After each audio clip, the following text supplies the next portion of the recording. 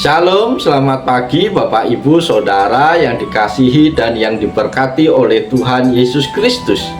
Dengan penuh sukacita kembali pagi hari ini, kita layak bersyukur kepada Tuhan karena kita boleh berjumpa melalui program Motivasi Pagi. Firman Tuhan pagi hari ini terambil di dalam 1 Tesalonika 3 ayat yang ke-12.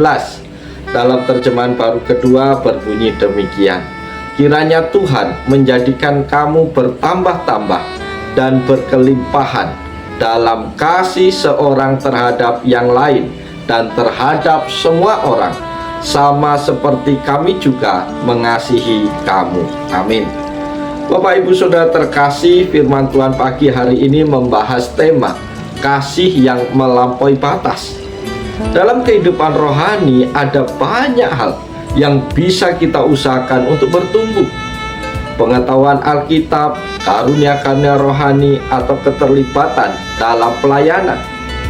Namun Rasul Paulus mengingatkan jemaat di Tesalonika bahwa ada satu hal yang paling krusial untuk terus bertumbuh dan bahkan harus sampai meluap, yaitu kasih. Mari kita renungkan 3 aspek penting dari pertumbuhan kasih menurut bagian firman Tuhan pagi hari ini. Yang pertama, Tuhan adalah sumber pertumbuhan kasih.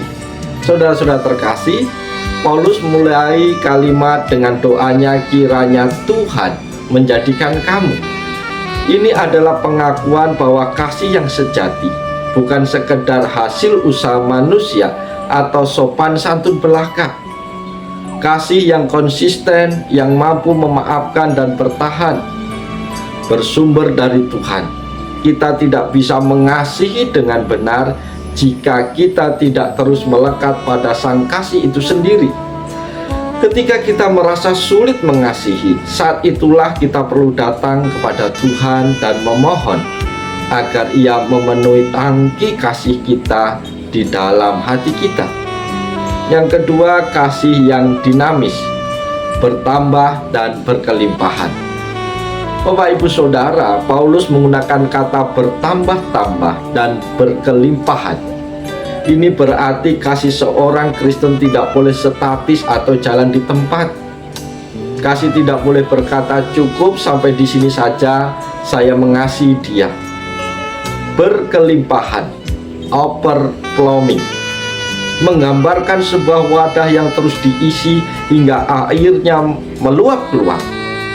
Kasih kita seharusnya tidak hanya cukup untuk diri sendiri, tetapi harus meluap hingga orang-orang di sekitar kita merasakan dampak dari kasih kita. Apakah kasih kita hari ini lebih besar daripada tahun yang lalu? Apakah kesabaran kita meningkat dengan seiringnya waktu? Yang ketiga, kasih tanpa pilih kasih. Bapak Ibu, ada 2 sasaran kasih yang disebutkan Paulus. Yang pertama, terhadap seorang akan yang lain. Ini adalah kasih di dalam komunitas orang percaya atau internal, saling memperhatikan, mendukung, dan menjaga kesatuan. Yang kedua, terhadap semua orang. Ini adalah bagian yang menantang. Kasih kita tidak boleh berhenti di dalam tembok gereja atau lingkaran pertemanan saja. Kasih Kristus harus diarahkan kepada semua orang, termasuk mereka yang berbeda keyakinan, mereka yang sulit dikasihi, atau bahkan mereka yang memusuhi kita. Para sahabat yang dikasihi, yang diberkati Tuhan, lalu apa relevansi bagian firman Tuhan pagi hari ini di dalam kehidupan kita sekarang? Berikut ada beberapa poin penting yang menjadi relevansinya. Poin yang pertama, menjawab fenomena individualisme dan kesepian. Sahabat-sahabat yang diberkati Tuhan, dunia modern meskipun sangat terhubung secara digital, seringkali membuat orang merasa terasing dan kesepian. Banyak orang hanya peduli pada diri sendiri atau individualisme. Firman Tuhan pagi ini memanggil orang percaya untuk menjadi penyalur kasih yang berkelimpahan. Ketika kita meluap dengan kasih, kita menjadi jawaban bagi dunia yang kesepian. Gereja atau komunitas Kristen seharusnya menjadi tempat di mana orang merasa dirinya dan diterima dan dikasihi tanpa syarat bukan sekedar organisasi formal. Poin yang kedua, mengatasi polarisasi dan kebencian terhadap semua orang. Bapak Ibu Saudara yang diberkati Tuhan, kita hidup di zaman yang penuh dengan polarisasi, perbedaan pilihan politik, suku, status sosial, hingga pandangan hidup seringkali memicu kebencian. Paulus tidak mengatakan kasihilah mereka yang setuju denganmu, tetapi kasih terhadap semua orang. Ini adalah panggilan untuk inklusivitas kasih. Relevansinya adalah kita dipanggil untuk tetap mengasihi mereka yang berbeda pendapat, berbeda keyakinan, atau bahkan mereka yang memusuhi kita di media sosial. Kasih Kristen harus melampaui sekat-sekat kelompok. Poin yang ketiga, standar baru dalam pertumbuhan rohani. Bapak Ibu Saudara yang diberkati Tuhan, banyak orang Kristen mengukur pertumbuhan rohani dari seberapa banyak jadwal ibadah yang diikuti, seberapa banyak ayat yang dihafal, atau seberapa aktif dalam pelayanan. Ayat ini memberikan indikator pertumbuhan rohani yang berbeda. Seberapa besar kapasitas kasih kita. Jika pengetahuan Alkitab kita bertambah tapi kita semakin sombong dan sulit mengampuni, berarti ada yang salah. Kedewasaan rohani yang relevan bagi Tuhan adalah ketika kasih kita semakin bertambah-tambah dan berkelimpahan. Poin yang keempat, menjadi penawar cancel culture atau budaya menghakimi. Para sahabat yang diberkati Tuhan, saat ini ada budaya di mana satu kesalahan seseorang bisa membuat dia dikucilkan atau dibatalkan selamanya. Kasih yang berkelimpahan membawa sifat pengampunan dan pemulihan.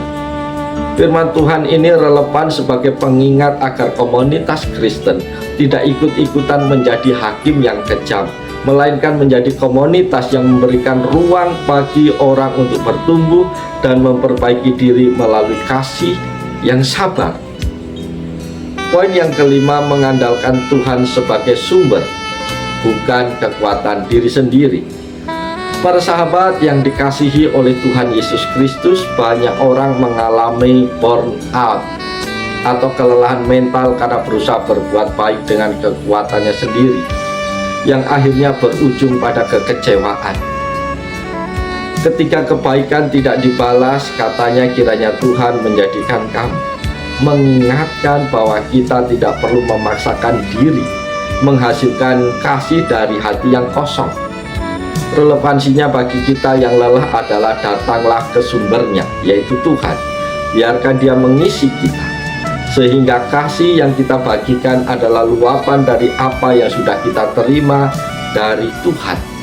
Bapak Ibu Saudara terkasih, firman Tuhan ini relevan sebagai terapi bagi dunia yang keras. Pengingat bahwa karakter utama pengikut Kristus adalah kasih yang meluap, bukan sekedar atribut lahiriah. Kasih adalah otot rohani yang perlu dilatih.